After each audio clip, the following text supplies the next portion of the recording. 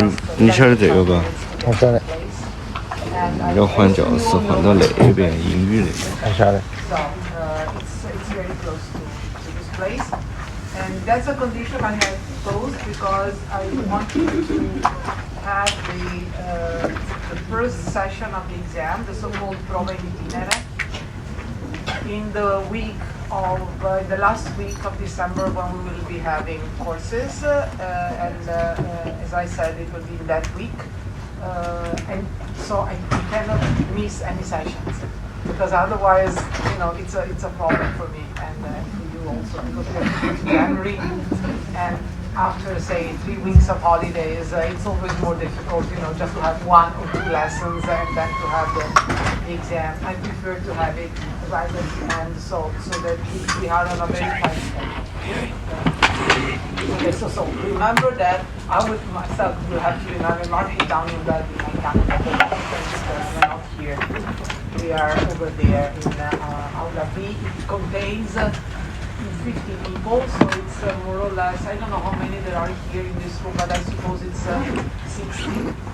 So we will have to squeeze it more than we usually do. But it's just the local ones.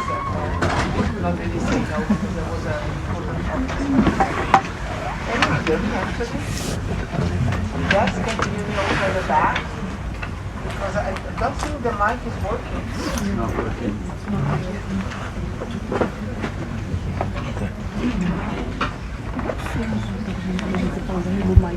There is no one in the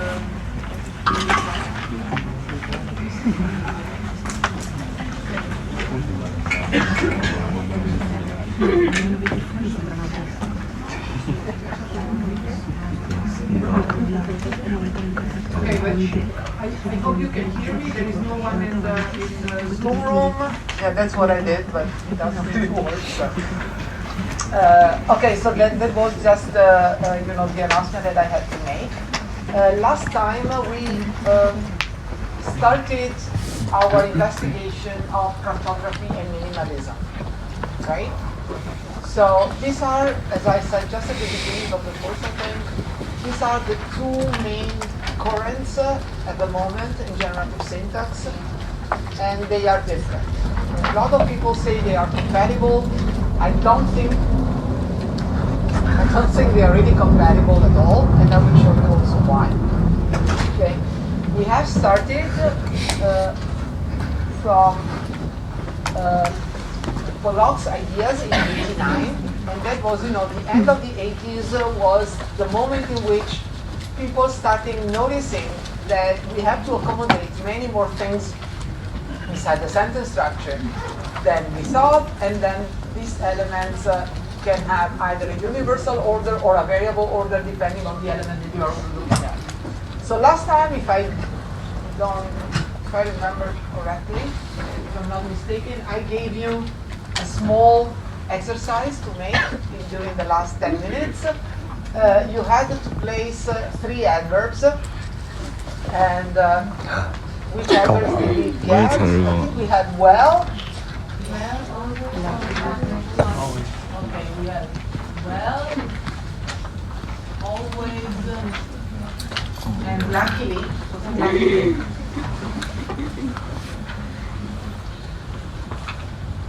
And we notice the following thing, that in a lot of languages, it is indeed difficult to decide which order these elements have, because you can turn the orders around depending on the information structure. What is the information structure?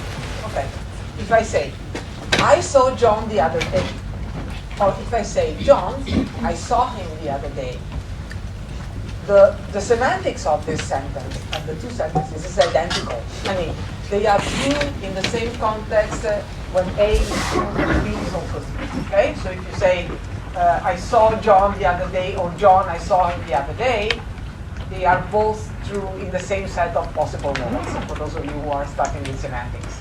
Okay? What is different is the pragmatic value of this element. Because, in the first clause, I saw John the other day, this is a complete, plain, total new information. But if you say, John, I saw him the other day, you are drawing your attention onto John. Right? I mean, English doesn't really like this type of structures. They are said to be grammatical. We have several English speakers here, but they're generally said to be grammatical. They're not so widely used as they are, for instance, in Italian, French, or in general in the Romance languages. The Romance languages are using left dislocations, and so the structure is called left dislocation every second sentence, right? Even in written style, people say, this is not really written style. It's not true. You find them also, take any newspaper, you will find plenty of examples in the written standard. So the point is that this is a confounding factor, because if we want to determine the basis word order, so the order that you use when you have a sentence structure that is completely new, everything is new, so how do you determine this? There is a very simple test. If you ask what happened, the answer is, I don't know, bus overrun 3 students, right? So you see that English is S-E-O. If you do the same test in Italian, French, or Spanish, you get exactly the same results. If you just ask what happened, then what you get as a result is a sentence that is all new information. So all the elements are, from the informational point of view, on the same level, right? And this is what we need to find. So what we need to find is a case in which there is the basis word order. We cannot consider all the other marked word orders that are found when you want to highlight this or that element. If you want to highlight something special, in a lot of languages, you turn around the basis word order. And this, is a confounding factor for us, which means that we have control for this. Okay? Is it clear? We have to control for this fact. How do you control for this? Well, as I just said, one possible test is to say what happened. Luckily, John always finishes his work well, and that's why we are all in time. I don't know, just figure out what a possible context is. Okay? The other way is to control for intonation. Generally, special information structural constructions have a variation in the intonation of the sentence. Some of you notice that these 3 adverbs, luckily, can also be found at the very end of the clause in the languages that you had, right? But again, this has to do with the fact that luckily can be a parenthetical. What does it mean? It can be preceded and followed by a comma. What does this mean? This comma corresponds to special intonation, in which you see that the adverb that has been, that is the parenthetical, is sort of isolated from the rest of the context. So you have ways to control for this confounding factor, namely information structure. Once in a semantic way, so if you ask for what happened, the answer will be all new information.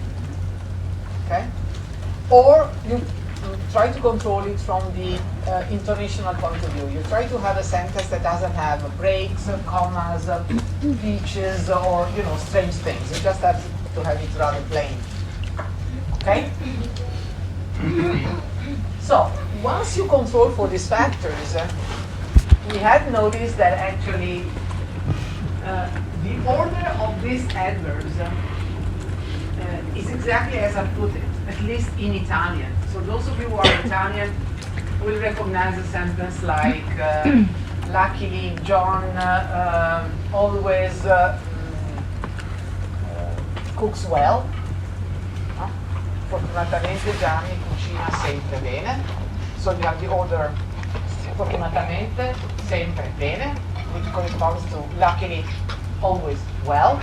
And we were, just in the process of trying to determine what happens in the other languages, when one of your Chinese colleagues said, look, in Chinese it's very difficult because we have these information structural problems, so that you can turn the sentences around. Now that we have, so if you leave out the confounding factor, what happens? So I would like to hear from you who are, speakers of another language, not necessarily Italian, what the order of these elements is. So we said that in English, it's exactly the same, right? So it's exactly luckily always well. If you factor out the fact that luckily can also be found at the end with this special intonation, which we just disregard because it's not the focus of our investigation. And we said that we had other languages here. One was Russian. Where is my? Yeah, there you were there last time. So, okay. So, what's the order in Russian? You can change it, and You can change it. yes, and without and the sense remains the same. To say, for example, John always likes well. Okay, for me it's the same luckily John always well.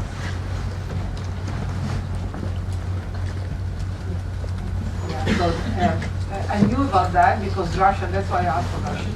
Because Russian is, from the informational point of view, a language that has a lot of changes in information structure. It can even have OV orders, so with the verb at the end, right? And that's relatively easily found. Okay, so Russian is a hard nut to crack because you get all these different orders. One of the orders is the same that you find in Italian and English.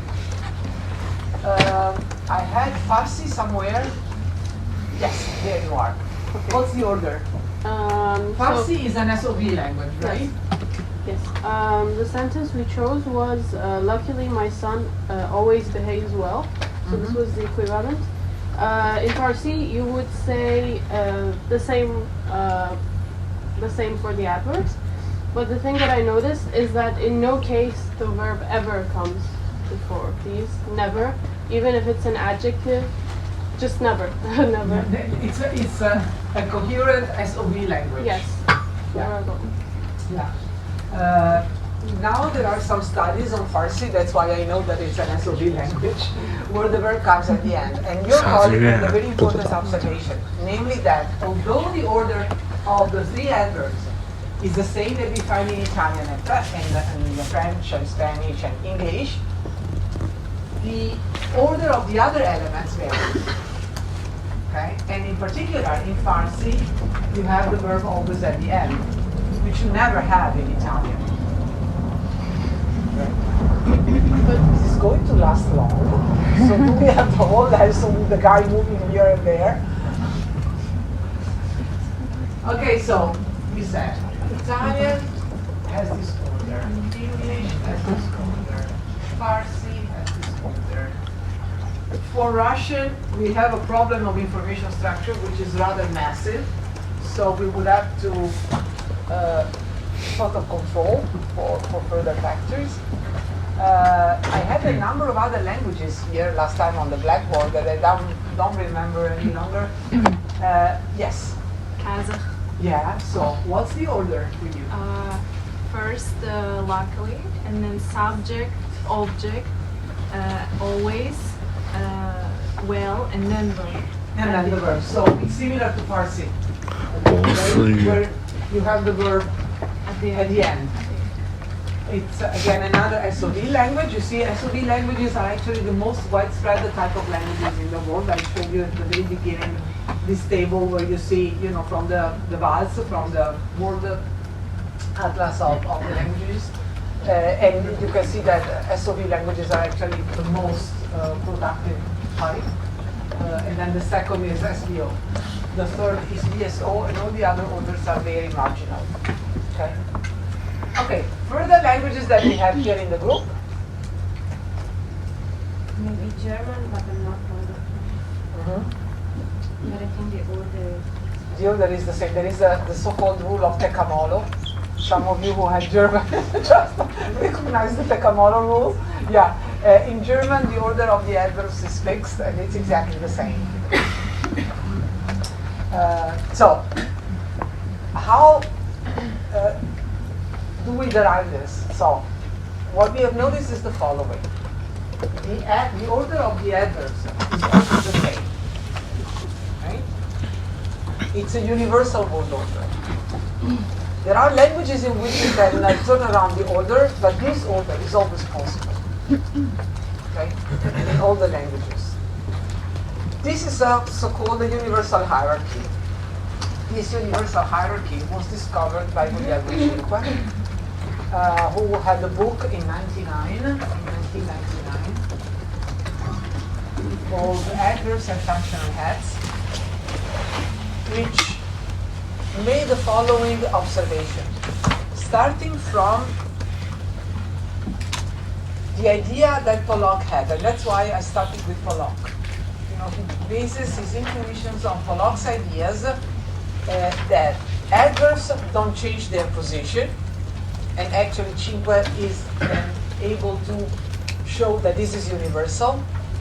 I don't remember how many languages he took as a sample in his book. This is really typologically very rich. I think it's over 200 languages that he consulted.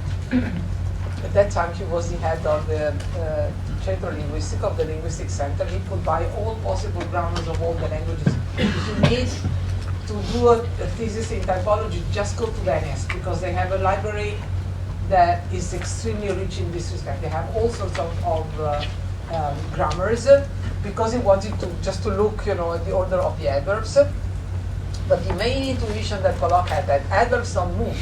What moves are the verb and argument. So what can vary is the position of the subject and the object, so the argument, and the position of the verb. So you can have SVO languages, SOV languages, BSO languages, as we said. You know, the spine, it's what is called the clausal spine,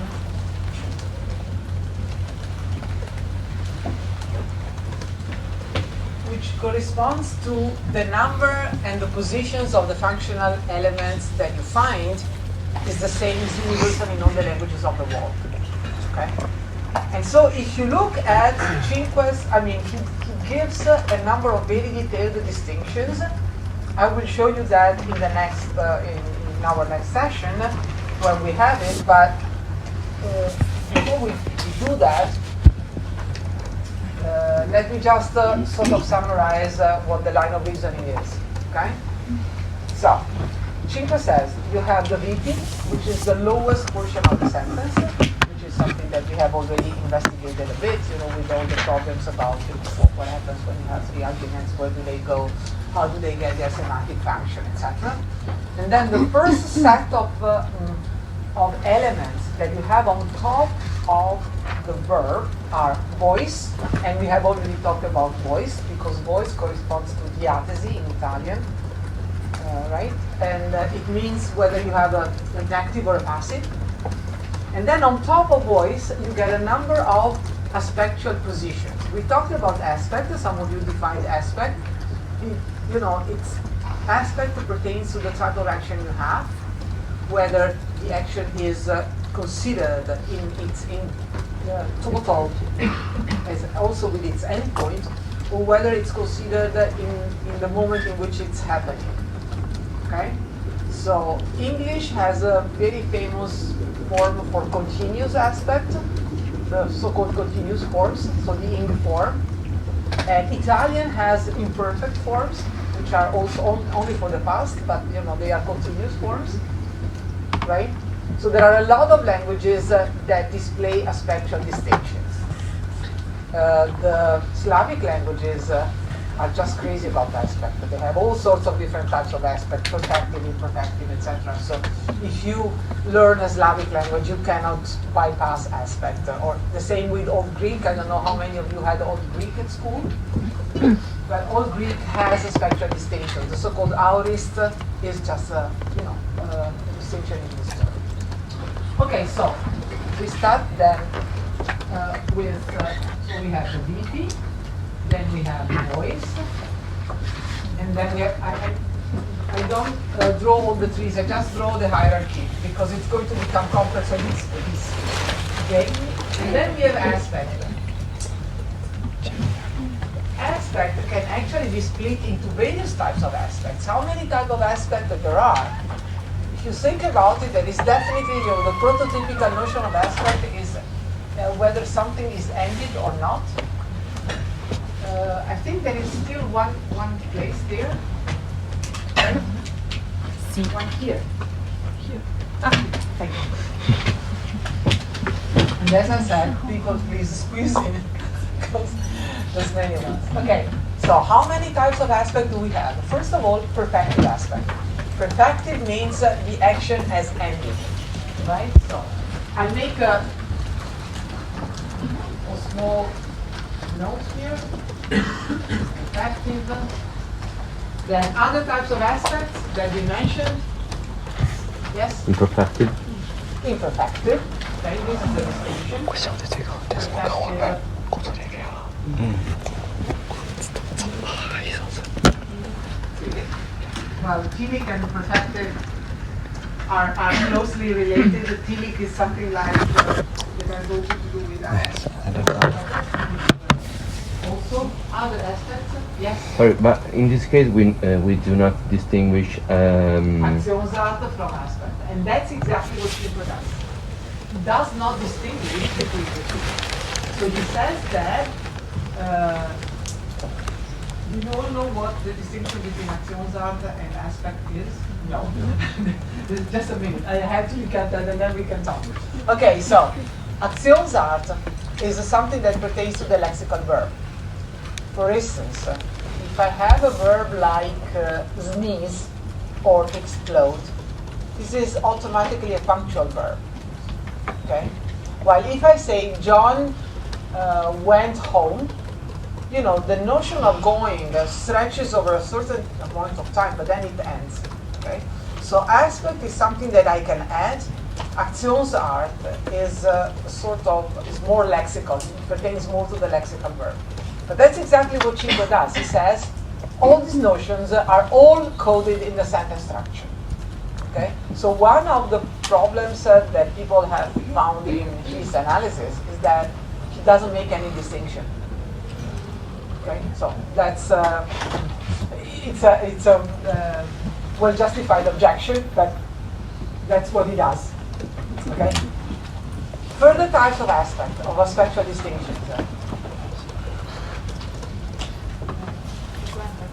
Oh, very nice. So frequentity.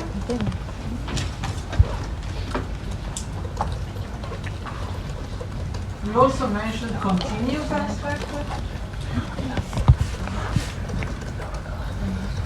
And then, I don't know whether you ever heard of incoative. You know what incoative means? You know. So? It's like something encoded in No, that's frequentative. Incoative pertains to the beginning of the action. Okay. So when you when you're starting, so if you say something like the plane is landing, so what I mean is not that the plane has already landed. What I mean is that it has made some preparations, and maybe it went down. You have to pull, your safety belt, and the pilot says, please remain seated. And you made some preparations for this, but it has not landed yet. So it's about to land, so to speak. Okay. So incoative pertains to the beginning of the action. And then there is also prospective, which pertains to the preparations. So there is actually a subtle distinction between the plane is landing and the plane is about to land. If the plane is landing, you are already going down. But if you say the plane is about to land, maybe it's a couple of minutes and then go down. Okay? So, and that continues, then we say incoative. And then there is prospective. So there are a number, this is just to show you that the aspectual distinctions that pertain to the type of event that you have can be, are more than one. The literature on aspect is enormous. Not only, yes? What's the difference between imperfective and continuous aspect? Very nice. Actually, so we have perfective, and then when you have the zero value, then you have an imperfective. Continuous underlies the fact that you are really thinking of something in its evolution. Okay. So if you say something like the telephone rang while I was having a shower. You know, the action of taking a shower starts before the action of ringing and also goes on after. That's a continuous task. Okay, well, imperfective simply tells you it is not ended yet, I don't know. Okay, so it's probably, a lot of people in semantics talk about aspect in terms of point of view of the speaker, right? Because the speaker says, I'm focusing on the action while it goes on, or I'm focusing on the end point of the action, or I'm focusing my attention on the beginning of the action. You know, it's a question of focusing your attention. Okay, so there are semantic treatments of aspect in terms of point of view of the speaker. But this is just to show you that there are a number of distinctions here, and so given what we introduced last time, namely the so-called one feature, one projection approach, I don't know whether you remember, I had it on the blackboard and I have not explained it yet.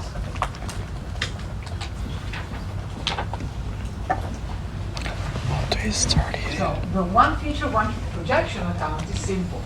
It says, every time you have a semantic feature, this semantic feature has its own syntactic projection. Okay? So, take all these aspects that we have listed here. There are others, but you know, I've just stopped here, just to provide you with the right point. All these things have their own projection.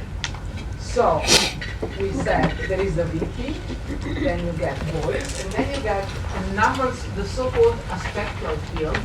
You have a number of aspectual distinctions that are encoded one on top of the other. Okay?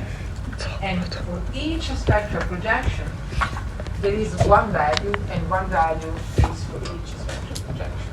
Okay? So that's the one feature, one projection approach. One semantic property corresponds to one functional projection.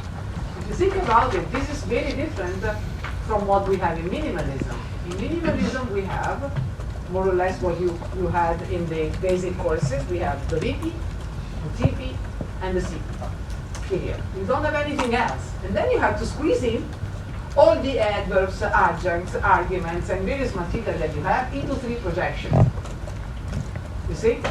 While here, what you do is you sort of open up the sentence structure and say each semantic value corresponds to a syntactic projection.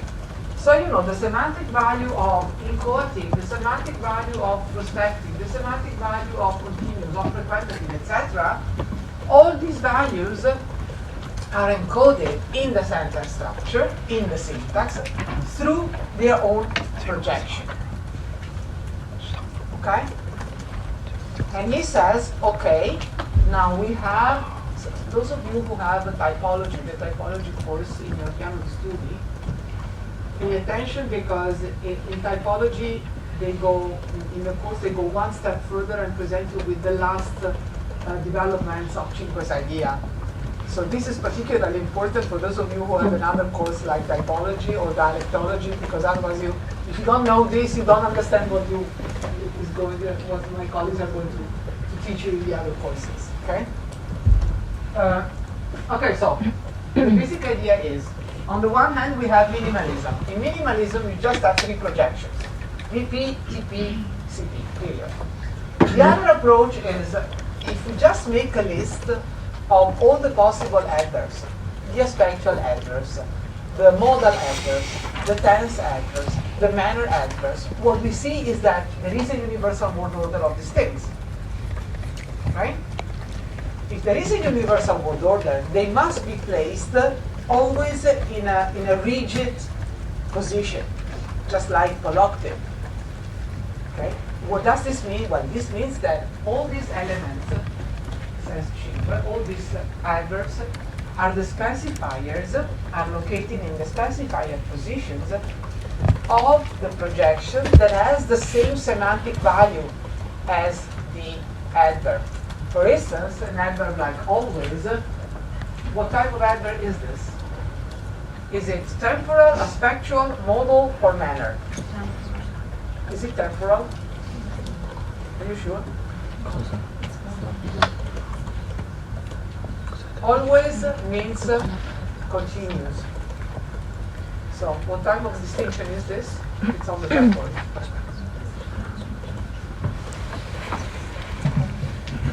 It's on the blackboard, on the whiteboard. What type of distinction is continuous?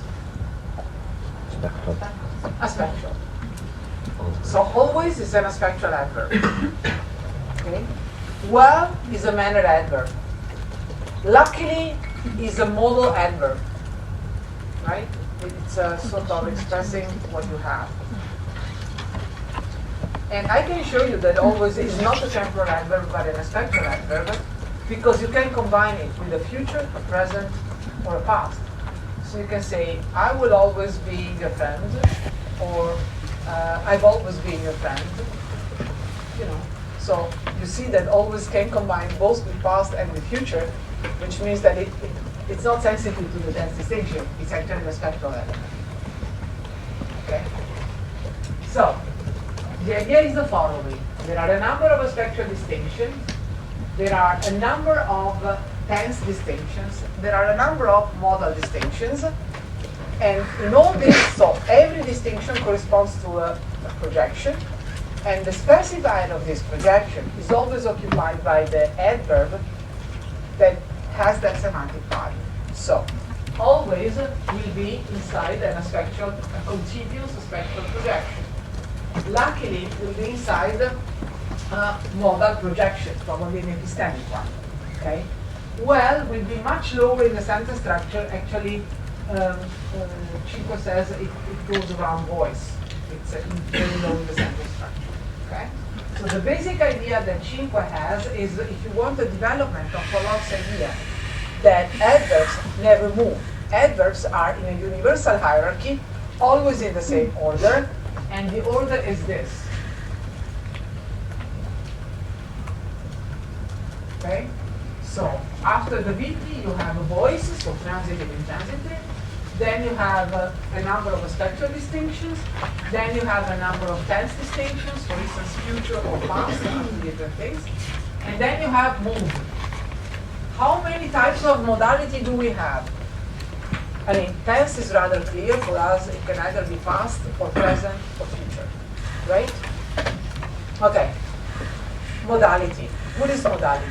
Oh, to define it from the semantic point of view is very difficult, but I just leave this aside. If I say a modal verb, what do you think of? Give me an example of a modal verb. Let's start with this. Can. Okay. Possibility. Possibility is a modal distinction. Another verb, another modal verb. Must. Obligation. Pay attention now. So if I look at an obligation, and I say, John must be home by 8 o'clock because otherwise his mother gets angry. Right? This is an obligation. But if I say, John must be home by, because I see that the light is on, what is this an obligation? No. What is this? What type of distinction is this? It's a conjecture.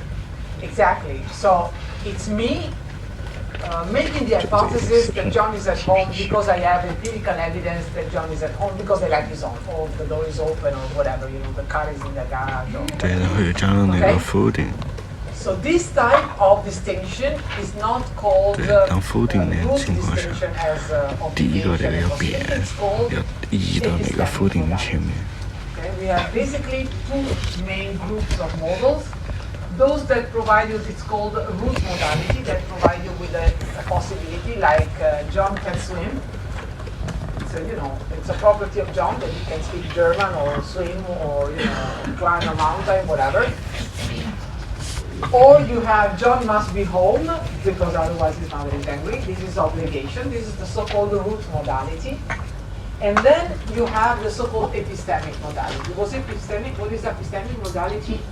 It's a conjecture that I'm making as a speaker because I have either empirical evidence for this or I have knowledge of the world that it must be so. Okay? So if I say the university must be closed at Christmas That's a conjecture I'm making because every year I know, Christmas is a big holiday and generally the university is closed on the 25th of December. Okay, so that's my assumption, that the hypothesis I'm making based on the world knowledge that I have that the 25th of December in Italy is a big holiday, right? Is it clear? So there might be countries where this is not a holiday, so people don't just, it's not a holiday, so there, this assumption it's not valid. Okay? So you can see now that also modality can come in different flavors, in different types. It can be possibility, or it can be, the one that gives you obligations called also deontic. So must is a deontic model.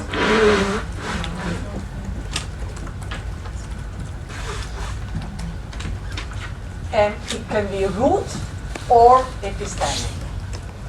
So you can have an epistemic possibility or an epistemic necessity, or you can have a root necessity or a root possibility. So you sort of cross a two phase. Okay? Yes? Sorry, can you repeat this? Because, okay, modality. We have noticed that verbs in English are ambiguous between two meanings. A root meaning, for instance, if you take a verb like must, that's an obligation, right? It's a necessity. I say, John must be at home by 8, otherwise his mother gets angry. That's an obligation that he has, okay? That's the root value. It's called the root value of the model. Or if I say, John must be at home because I see that the light is on, that's not an obligation, it's my conjecture, and it's called epistemic modality. Okay? And we have seen that there are basically, a modal verb of necessity, which is must in English, and a modal verb of possibility, which is can in English. And both verbs can have either a root meaning or an epistemic meaning. Okay? Is it clear now? So you have two types of modals, possibility and necessity, and you have two types of ways of looking at this necessity or possibility. One is the so-called root modality, the obligation or the ability to do something. And then you have my perspective, the perspective of the speaker, and that's the epistemic thing. So if I say John must be home by 8 because otherwise his mother is angry, what I see is that this is the root modality. While if I say John must be home because the light is on, then it's a conjecture that I'm making. Maybe the light is on because a burglar came in, or John forgot it, I don't know, right? But it's just a sort of a hypothesis that I'm making. So it's this type of modality is also called speaker-oriented, and goes together with the speaker-oriented adverbs because it's something that is written.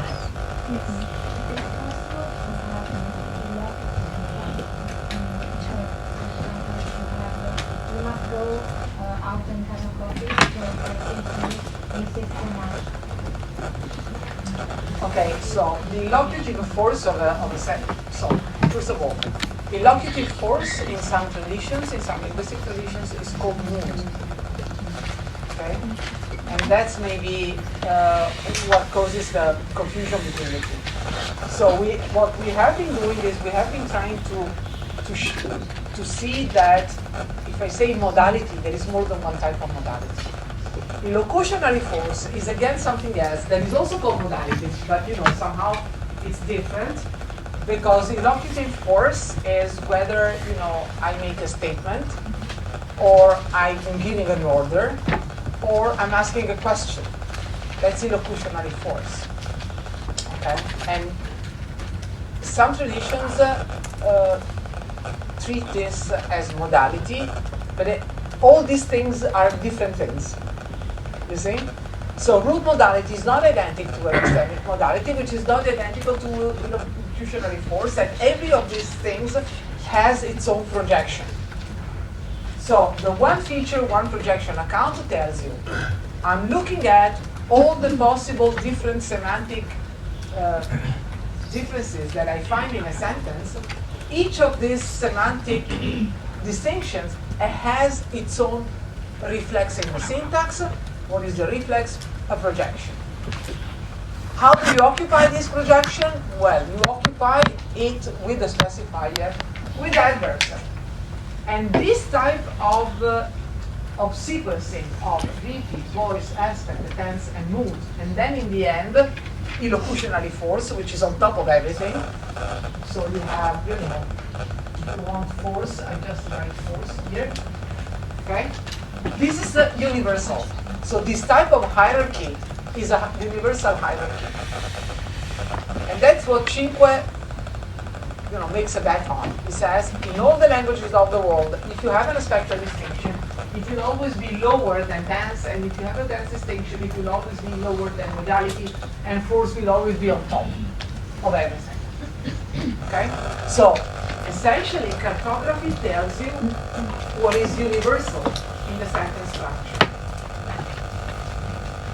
And it does so in a much more refined way than minimalism does. Why? Because with minimalism, you just have BP, TP, CP that say corresponds to force, and nothing else. You don't have spectral distinctions, you don't have modal distinctions, you don't have a voice distinction. I mean, they are all there, but they're not expressed in the syntax. They are just semantic distinctions. Okay? So this is the basic difference between minimalism and cartography. Cartography says there is a one-to-one match between semantics and syntax, because each semantic distinction has a reflex in the syntax. While minimalism said, it's called minimalism for a reason, right? It's because you can make do with just 3 projections, and all the rest is discharged into the semantic component. Okay? So if you think about cartography and minimalism have a basic difference in the way they conceive the interface between the interfaccia in Italian, so the interface between syntax and semantics. For cartography, there is a one-to-one match between the syntactic structure and the semantic distinctions. In minimalism, the match between the two is much looser. Why? Well, because you just have a very reduced sentence structure with essentially only 3 projections, and you work only with 3 projections, and that's all. Right? So all these very detailed semantic distinctions, they just remain in the semantics. They have no syntactic effect. Okay? Is it clear? Yeah? Okay, so what you have discovered up to now is then the following. First of all, there is this basic intuition that adverbs don't move. And this is the intuition that we already discussed a couple of times in the last sessions. Adverbs don't move because they have no reason to move. Right? So they don't undergo agreement with the verb because it's a subject that does it, or the object in some languages. But it's generally the arguments that have agreement with the verb. They don't need nominative, accusative, or any case. They have no reason to move. So they stay put. And so Pollock says, okay, so we can exploit adverbs to see how the other elements move. And he shows that, in English, the verb moves slower than in French, and then infinitival element and infinitival verbs in French move lower than finite verbs, and then auxiliaries move higher than normal verbs. He models this in various ways. And then we have shown that now Cinque has this new idea to exploit Pollock's intuition that adverbs stay put, to look at it in a topological way. So he looks over 200 languages, and he notices that language after language after language, the order of the adverbs is always the same, and says, okay, then how does this order go? You have a first kernel construction, which is the VP, where you discharge the semantic role. Then you have a voice, which, if you think, sort of leaves the thematic roles intact, but changes the ordering in which you place the argument. And then you start with aspect. Aspect is telling you how the event is happening. If it's, if you are considering it as it goes on, if you are considering it when it is repeated, if you are considering the beginning of it or the end of it, when it is about to end, when it is about to start, all the possible distinctions, spectral distinctions, concern the event, and they are located right on top of VP. So you will have one projection for each of these spectral distinctions. And then you have another layer with tense. How many types of tense do we have? Well, we essentially have a present, past, and future. Okay? There are languages that have even more, because there are languages that distinguish, a remote past from a closer past. So there are also 5 distinctions in this. And Schiffer says there is more than one tense projection. He actually has a 3 tense projection. Okay? He has anterior tense, past, and future. And then there is modality, but again we have noticed that there is not one single type of modality. There is necessity and possibility. And you can have epistemic necessity or root necessity, and epistemic possibility and root possibility. And then, I don't want to go into modality too much because there is too much semantics in this. You're probably going to do this in the semantics course, for those of you who have also selected semantics. But there are a number of modal distinctions. One modal distinction that is interesting because it doesn't exist in our Indo-European languages. There are languages that distinguish whether the information that is being provided by the sentence is first person information. So whether, if I'm telling you today it's raining, right? Practically it's not raining yet, but today it's raining. I might have, say this because I've seen that it's raining, or I might say this because I've looked it up on my cell phone on the app, Trevi Meteo or whatever it is. I looked at the Meteo. Or it could be that some of you came in completely soaking wet and said, it's raining outside. So it's a reported knowledge, okay? So there are languages that distinguish between whether the knowledge that I'm providing in the information of the sentence is first sight evidence, so something that I have seen, something that somebody else, or for which I have empirical evidence, or something that has been reported. So I'm reporting what somebody else said. Okay? So you can imagine how many types of modality there are. So what I want you to see is that this is a whole field of projections, this is a whole field of projection, and this is a whole field of projection. Okay? And then there is the left periphery of the clause, and this has not been investigated by Giuliano Schiffer, but by Luigi Rizzi. Some of you who had the course Linguistic Approfondimento know about the left periphery. So now I need my students who have Linguistic Approfondimento to tell me what is the left periphery of the clause. What does it contain? The left periphery is evidently what comes left, right? So it's not so. It's just the leftward edge, so the beginning of the sentence. Because we start from left to right, so the beginning of the sentence. What does the beginning of the sentence contain? For those of you who already had the course, can you make a list of things? Yes. Force speed. Force phrase, namely illocutionary force. So whether the sentence is a declarative sentence, whether the sentence is an imperative, so this is a command, or whether the sentence is a question. So I'm asking for information. Okay. What else? Topic phrase. Topic phrase. Exactly. It contains topics. What are topics? This is another difficult thing to identify. Topic. The prototypical notion of topic was provided by Tanya Reinhardt in a paper at the beginning of the 80s, and she says topics are what the sentence is about. Okay?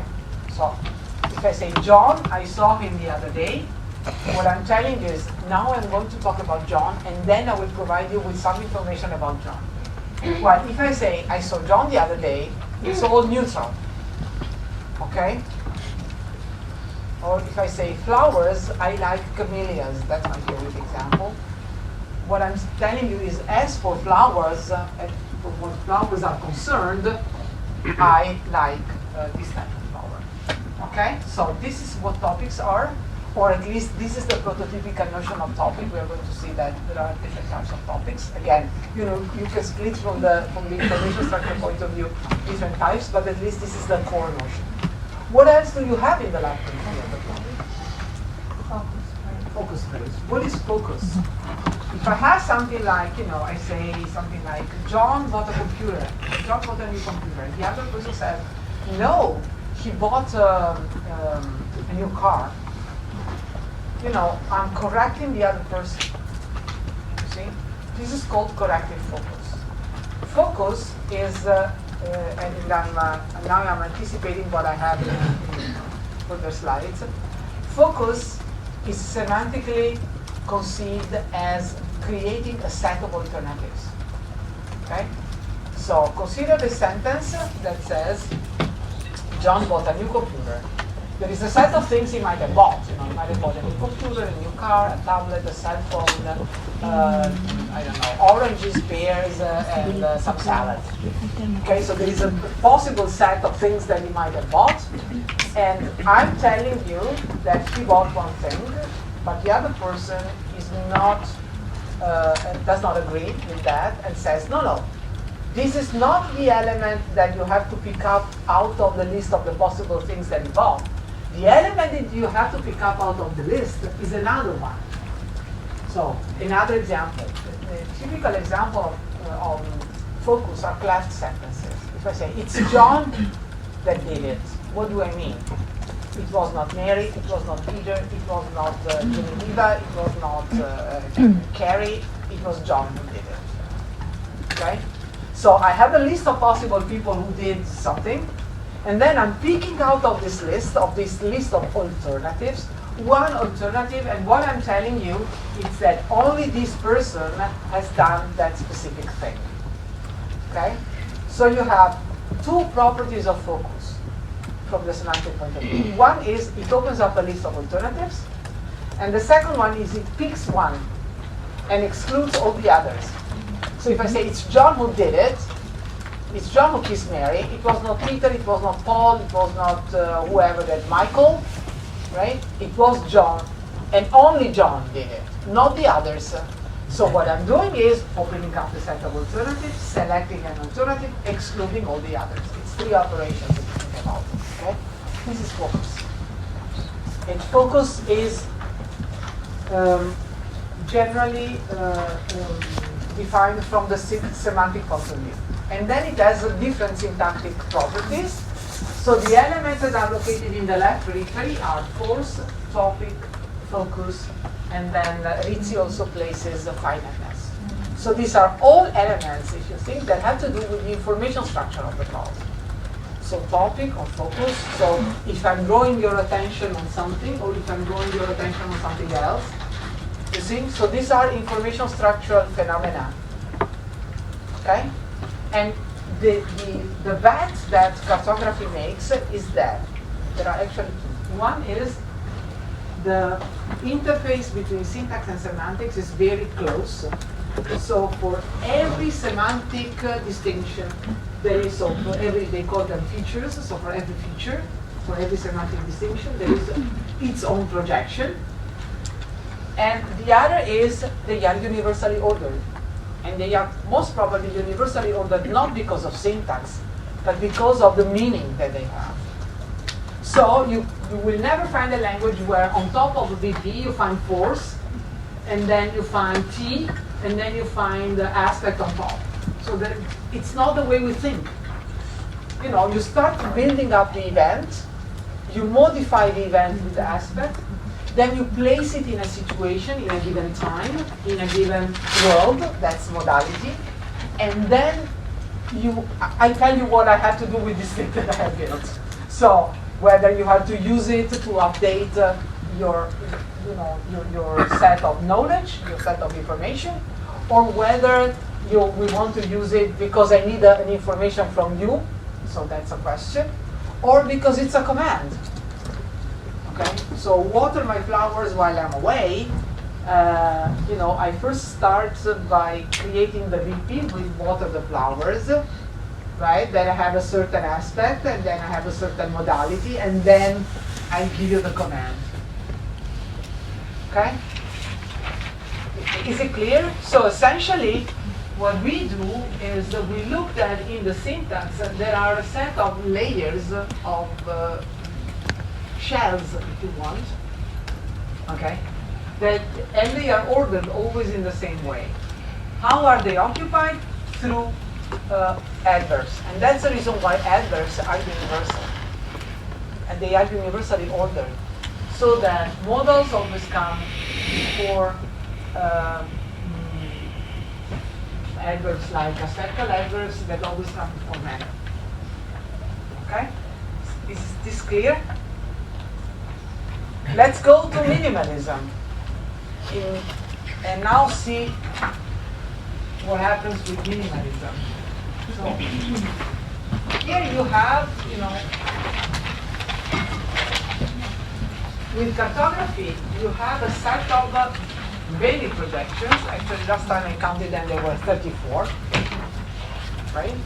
While in minimalism, you just have city,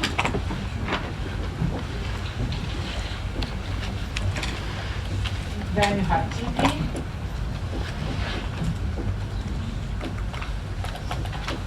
and then you have VP. And that's the structure we have been working with since the start. So, let's make now a comparison. The first comparison that we can make is that evidently cartography presupposes that the link between semantics and syntax is much closer than minimalism. Why? Why am I saying this? Because cartography considers that production always existed on the one main hierarchy that were not the other. But they are there, exactly. So for every semantic thing that you have its syntactic counterpart. So there is a one-to-one match between any semantic value that you have and any syntactic value that you have. Okay, they always go together. If you look at the sentence structure in minimalism, this is much poorer, right? So now, what happens if you have a sentence, as we had on the blackboard, like, luckily John always cooks spaghetti well. What happens if you just have a structure like this?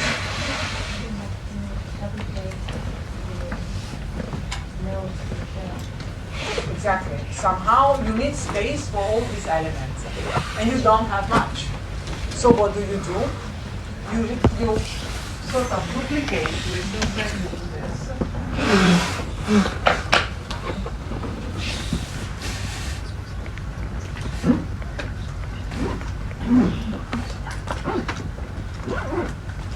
Okay. So that maybe you can place luckily here, and then you can place the subject here.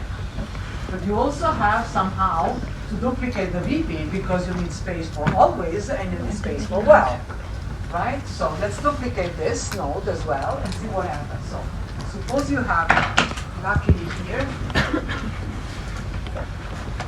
and then you have John here, and then you have has here. Always cooked spaghetti well. You need, so you need one VP for always. You need another VP for well, and you need then the VP. So you have something like cooked, and you have that spaghetti here. What do you notice?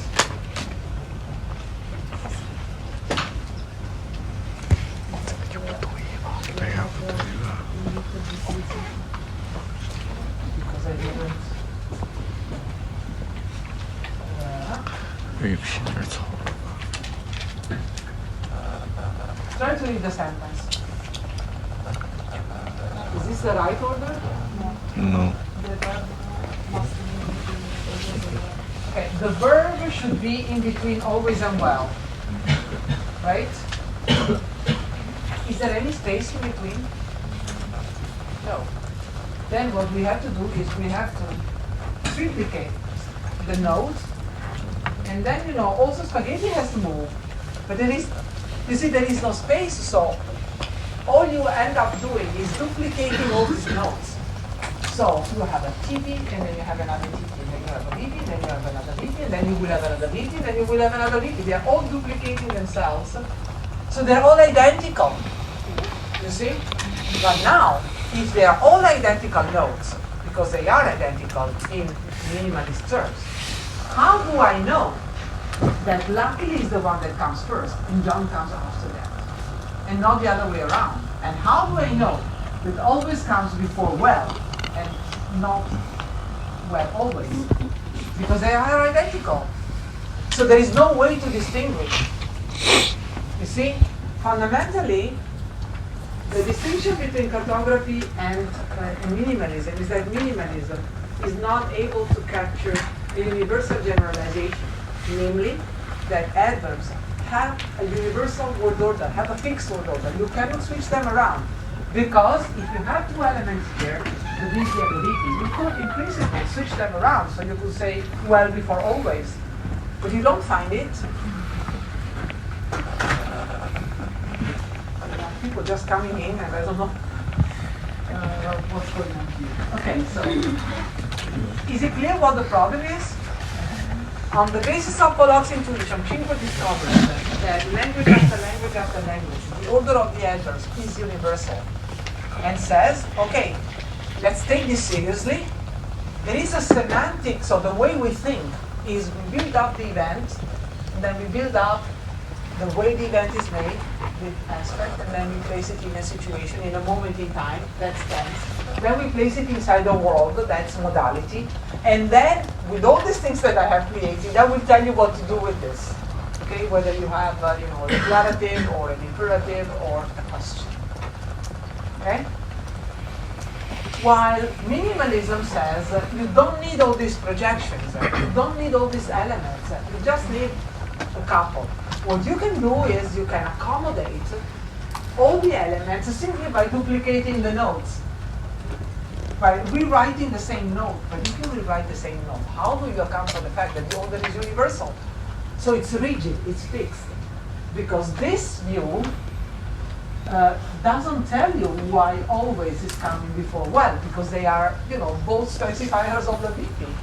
So in principle, you could also have well before always. Right? And nothing would change, but this is not the order that we observe. So somehow minimalism is not able to capture the fact that the order of the functional projections, of the functional elements, is universally determined. Right? On the other hand, clearly cartography has, is much more complicated, because you have more things inside. And now the problem becomes an empirical problem. Do we really need all those things? Can we do with less elements, with fewer elements, or do we really need all of them? You see, for instance, if we say that in all languages we need voice, we need aspect, we need team, we need mod, there are languages that they don't even mark tense. A lot of African languages don't mark tense. They don't have any distinction between past and present and future. There are languages that don't mark aspect. German is considered a language that doesn't mark aspect. I don't think that's entirely correct, but this is the received view in the literature. The language like German has no spectral distinction. But then, you have a spectral adverbs in German. You have temporal adverbs, also in languages that don't mark verbal morphology with tense. And where do we put them? You see what the problem is? The problem is essentially not simply a problem of space, where to put the elements, because you can, duplicate the node. The problem is that the order of these things is rigid. and minimalism cannot account for this. On the other hand, accounting for this has a cost. You remember I told you every hypothesis has a cost. What does it cost? It costs us the fact that we have to multiply the projections, and instead of 3, only to reach this thing, leaving out the left reflex, we have 34. And now that people have been working on the left reflex for quite a while, there is not simply force, topic, focus, and fin. There are also other elements that now have been proposed in the left reflex. So they call it the explosion of the functional heads. Okay, so the structure is exploding in the sense that it's becoming more and more complex. And then you wonder, whether it's really true that in all languages of the world you get exactly the same thing. I will provide you with an example that is a sort of popping, I think. Honorifics. Do you know what honorifics are? Maybe our Chinese students can tell us what honorifics are. Do you know what this means? No. That's why the reason why I'm asking you is that you have it in your language. There is no Japanese speaker here, right? Because Japanese is the language where. Have you ever seen Karate Kid in movies? Okay. There is this old man who teaches the child, the boy. How does he call him?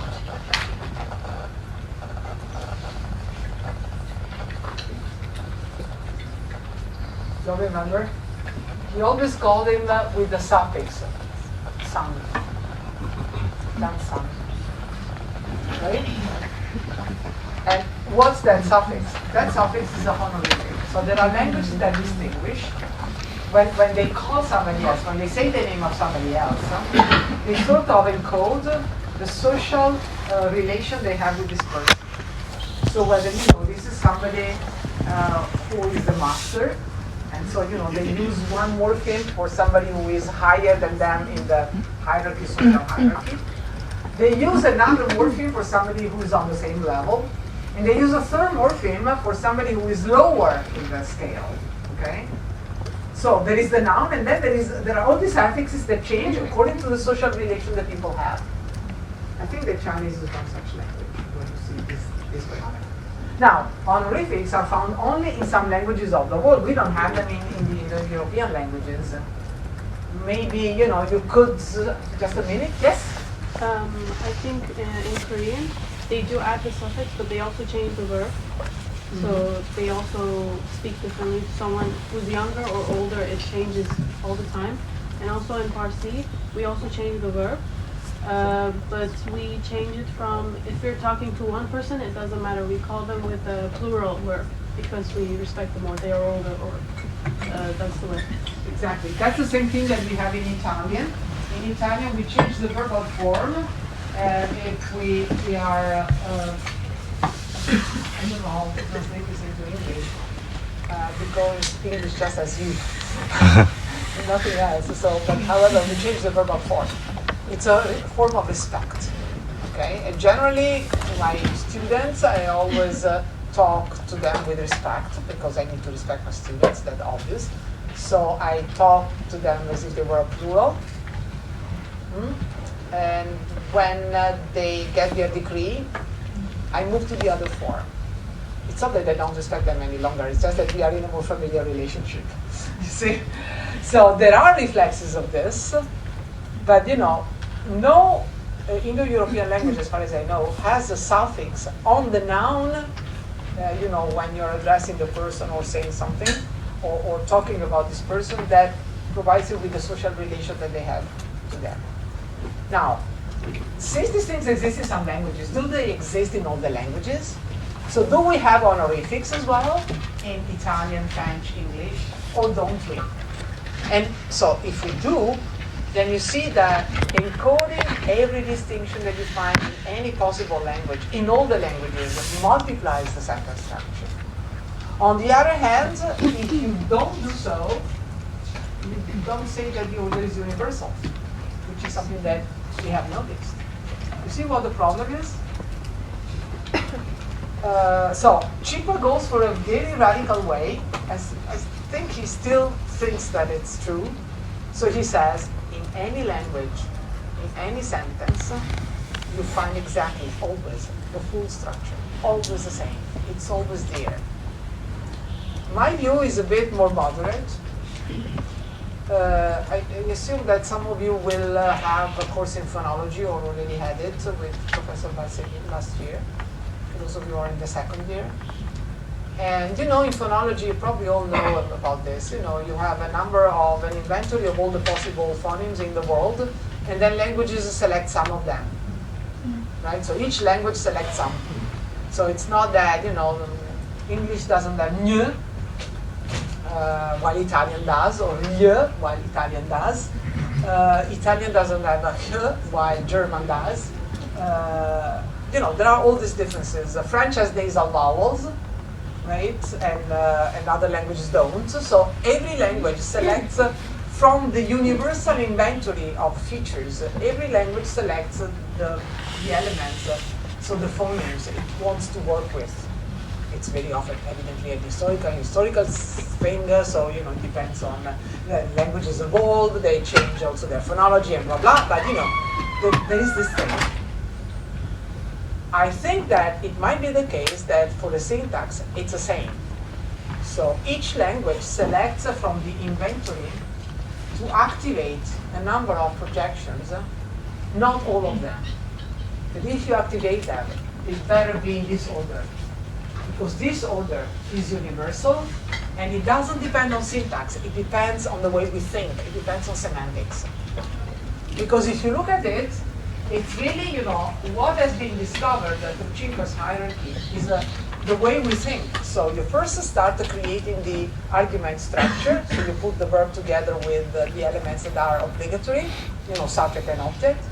And then you create the event. Then you modify the event and tell the other person how you are looking at the event, whether you have to consider the event as it goes on, or whether it's ended, whether it's beginning, and all these effective distinctions. And then you say whether the event was placed in the past, is happening now, or will happen in the future.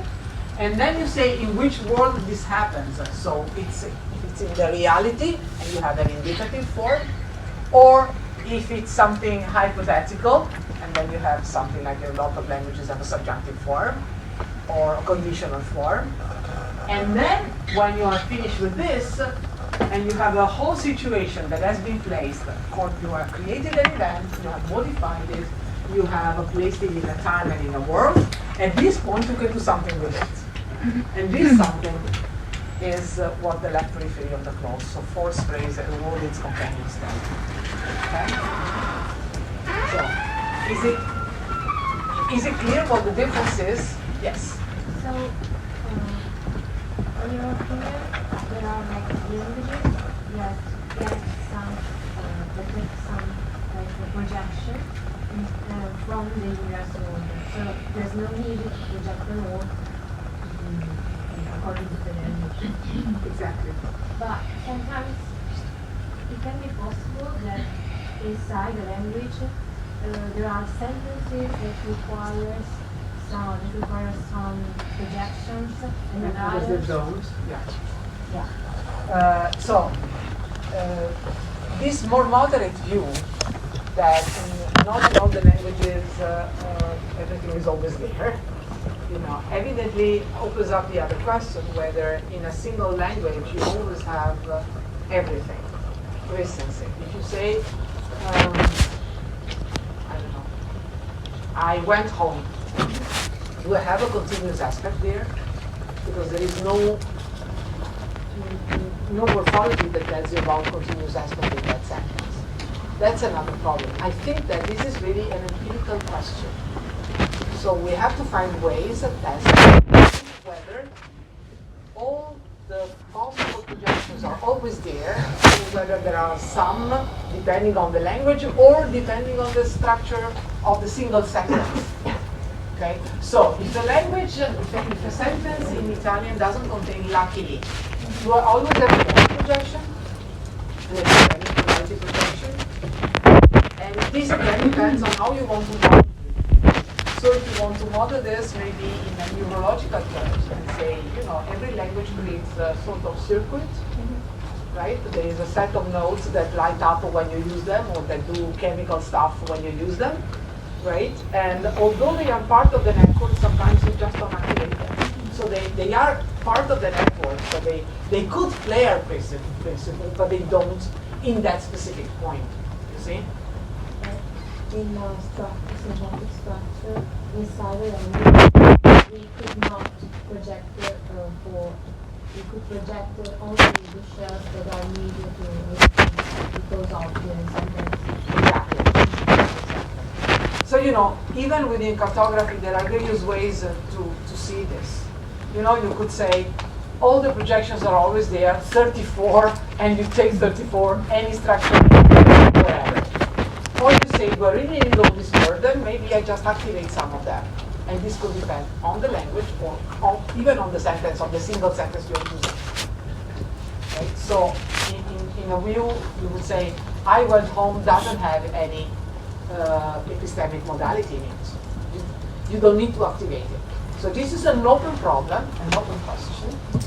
By the way, I wanted to announce that on the 19th, just came to my mind, I forgot to tell you at the very beginning, on the 19th and on the 20th of December, we are going to organize a small workshop only online, so even if you are at home, you can connect. It's 2 full days, and we have really big names that are, virtually coming to Padua to talk. One of them is Guglielmo Cimpa. And if you just want to hear what he has to say, I will provide you, we are just writing down the program, and I will provide you with the program. There is Janis Pollock who will be talking. We'll not be talking about this, but about, you will be able to see people we have been talking about, at least on the screen. Okay? So I think it will be really nice if you could participate. There will be just a link, so even if you are somewhere else at home starting for Christmas, it was intended because you will probably be already free from your lessons. And so, you can participate. I will send you the program and the relevant link through the Moodle system. I assume that you are now all enrolled into the Moodle, so there is not a problem of communication any longer. I hope at least. Right? Okay. Great. So now we have the last 10 minutes. And what I would like to do now is to go on top of this. Okay? To concentrate now on the left periphery and go a bit further than you have gone in the course of the music approfondimento, but evidently I will first have to recap all the notions, so we'll bear with me. I will start with WH movement and with the interrogative clauses, and then we'll move to focus and left isolation. Okay? Is it clear how this goes? Okay. From next week, you will find the updated slides of this part of this session on the Moodle system. Okay. You know that when I finish a topic, I just finish all the slides and then I upload them. I did it last time with the other topics, so now we are starting the new ones. Just for the last 10 minutes. But we can go on tomorrow. 是这一页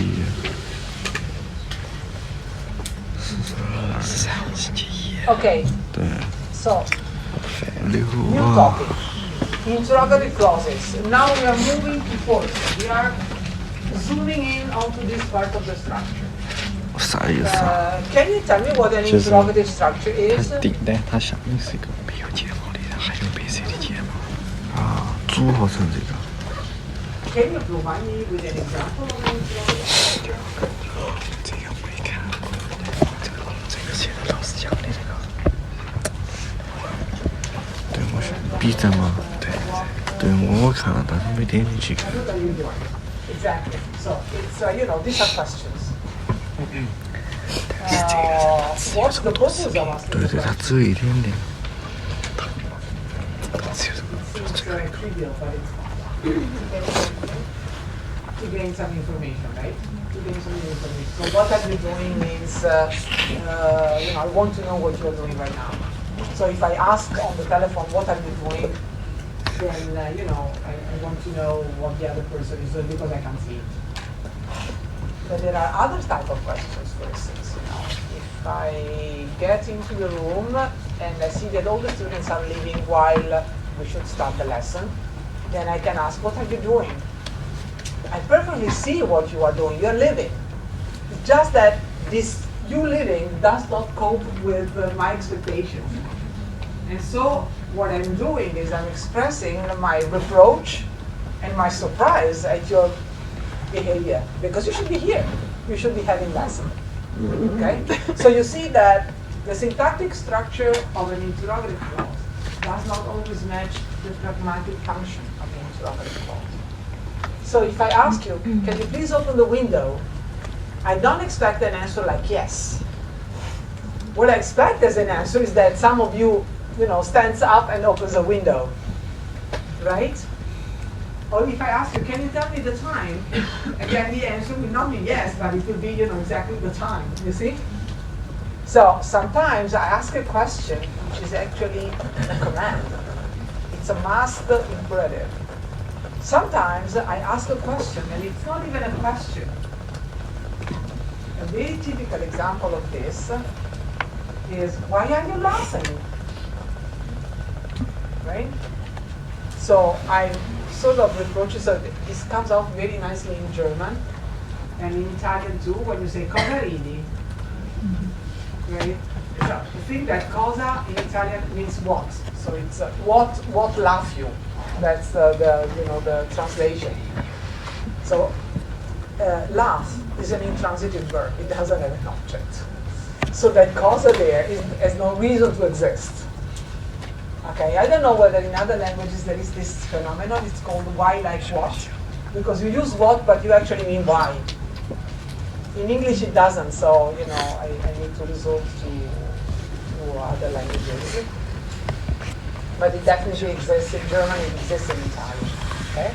So you see that we are now going to look at the syntactic structure of questions, although the syntactic structure of questions does not really match the pragmatic function that they have from the communication point of view. Because sometimes they are not questions at all. They are just commands, masked commands, or they are just, expressing my stress and surprise and reproach at my disapproval at the attitude that somebody has. Okay? Okay, what are WH items? WH items are elements, are a class of pronouns and adjectives that appear in the following sentences. They appear in exclamatives, interrogatives, and positive, restrictive, and relatives. That's the reason why here we call them WH items and not interrogative pronouns, simply because they are not only interrogative pronouns. So if I say, what a beautiful dress you have on, this is not an interrogative pronoun, it's an exclamative. And if I say, John, who I know very well, this is again not an interrogative pronoun. So, calling them interrogative pronoun is a misnomer. We have to call them, we call them WH. Why do they call them WH? Well, it's easy because in English they start out all with WH. So what, who, when, where, why. The only one that doesn't work this way is how, which should probably be wow, but it's probably a phonological simplification through time can happen. Okay. In the Romance languages, you could call them key elements because they all start with a K. I think that Russian also has some formatives for WH elements that you could call, no? Yeah, all these things. That's interesting. Is there any other language that has the same thing? So that uses Chinese is not the case in point because in Chinese the WH item is identical to the element meaning someone, right? So the form is identical, right? Is this true? Right? Yeah. Yes. Not Farsi always comes, really handy. Yes. not completely different, but just one morpheme. of what is always there in the beginning. Exactly. So you see there are a lot of languages in which this class of structures is singled out from the morphological point of view because you use the same type of elements. Not all languages have this, as we have seen. But it's, some languages that in particular distinguish between relative pronouns and interrogative pronouns. They have two different series. But there are a lot of languages that use the same form in interrogative and in relatives and in exclamatives. Okay? So in order to look at the structures, we call them WH items because they don't only occur in interrogatives. Is this clear? Okay. We already said that WH pronoun have the property, we have already anticipated this at some point, that WH pronouns start out at the beginning of the sentence in a language like English, in a language like Italian, and we also notice that Chinese is not such a language. In Chinese, the WH items, so the element that corresponds to our WH items stays after the verb, right? If I say, what are you doing? The translation will be something like, you are doing what, right? Yes. And the what is the same word as something, right? Yeah. So essentially, what they are when they are asking the question, they are saying you are doing something. And then you wonder, how come that some languages have WH movements and others don't? And how do you understand so maybe this is a real question. How do you understand in Chinese whether somebody is asking you a question or whether somebody is providing with some information? How do you do that?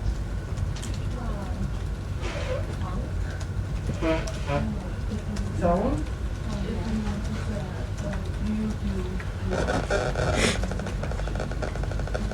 Yeah, you see? So they are doing it through prosody. Actually, Italian does the same for yes no questions. If you say è arrivato Gianni, this is a declarative. If you say è arrivato Gianni, you hear the difference in the intonation. This means, the intonation goes up and then it's a question. So a lot of languages do it with prosody. A lot of languages also do it with sentence particles.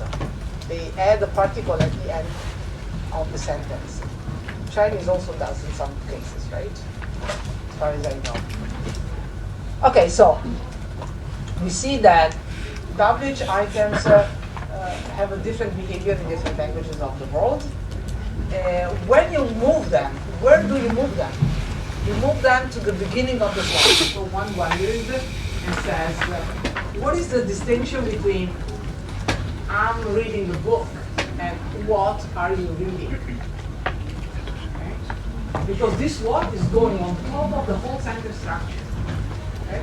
So already in the first courses, this is just a recap, what you generally do is the following. You say that the WH item is moving to the highest specifier of the structure.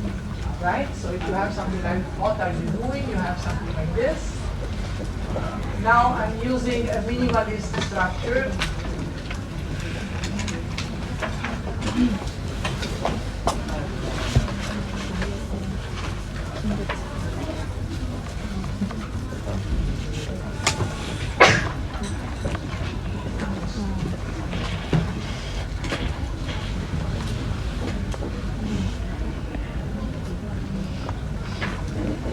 Okay, so now try to write down the sentence structure of something like you are doing something. So you starts out here and moves here. Okay? Then you have are. And then you would have something like doing, which was here. And then you have the element something. Okay? Substitute something with what?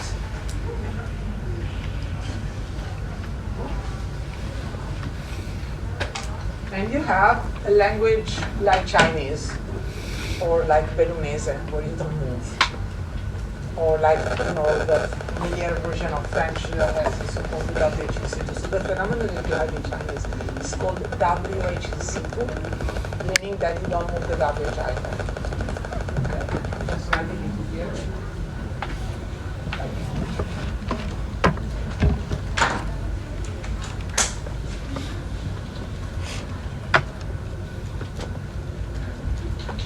Okay, but English is not a WHC2 language. So what happens here is that I take what, and where do I move it? C'est tout. To the stack of CT. And then I have what here, and then I delete it from here. And then I get the order, what you are doing. Is this the right order? No. I have to move R. Where do I move it? Yes. Now, tomorrow we have to learn about two things. Why we are moving the WH, since there are languages that live very happily without having any movement. And why are we moving the verb? Right? Because they're also, in English, we're also moving the verb. The same position. Okay? And then we are going to look at interrogative structures in the languages that are represented here. And then I will provide you with a solution at the end of the session. So see you tomorrow.